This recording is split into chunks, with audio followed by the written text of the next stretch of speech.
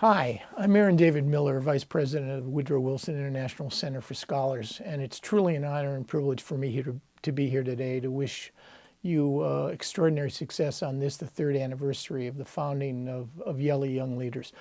I must say, looking back on the accomplishments of this organization in a short 3 years, I'm really profoundly moved by what you have managed to accomplish. An online peace academy, daily interactions among hundreds of thousands of young people from one end of the Middle East to the other. It's truly transformative in a way that I suspect the world will come to appreciate, but it's not easy. And let me tell you why it's not easy.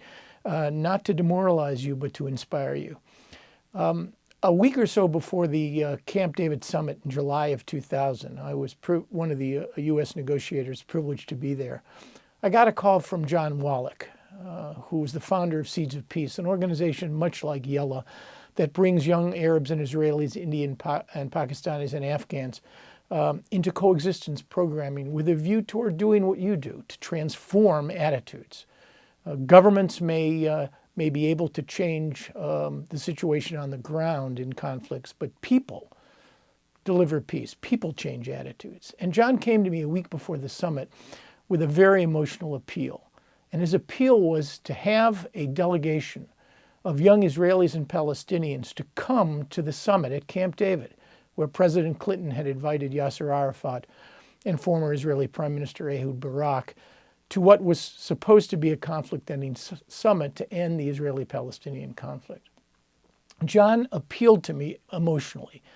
He argued that you must do this because only young people had the moral authority to basically say to the leaders, let me remind you of the stakes. They're extraordinarily high. It's just not about you, it's about the future. And we are the future. I listened very patiently to John. He could be quite persuasive. But as I listened to him, I realized that I would never do what he wanted. Because what he wanted me to do at a time when we were busy preparing for this high-stakes summit, only the second in the history of American diplomacy, the first at Camp David with Jimmy Carter, Menachem Begin, and Anwar Sadat, what he wanted me to do, I would never do. Because I knew that if I went to the President of the United States, to Madeleine Albright, the Secretary of State, to Sandy Berger, the National Security Advisor, at a time when they were preparing for this summit, and I asked them to basically allow a delegation of young people, kids really, to make an appeal, that they wouldn't take me seriously. And that was a profound mistake because it wasn't about kids. It's about the future.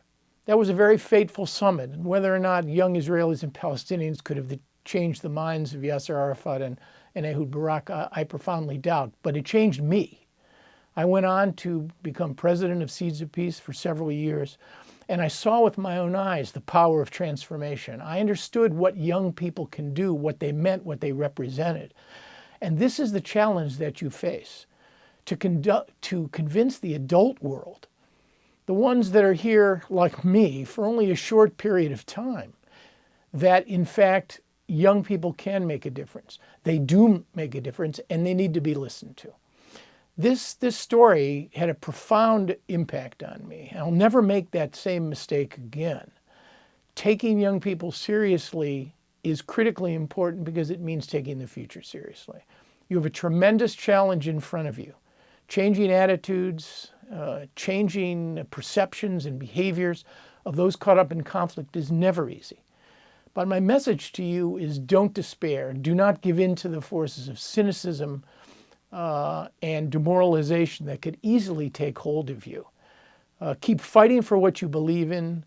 You are extraordinary young leaders, and one day, over time, with enough courage, determination, and will, you will in fact change the face of this region in a way that will bring greater prosperity, greater security, and greater peace to everybody who lives there. Thank you so much, and good luck.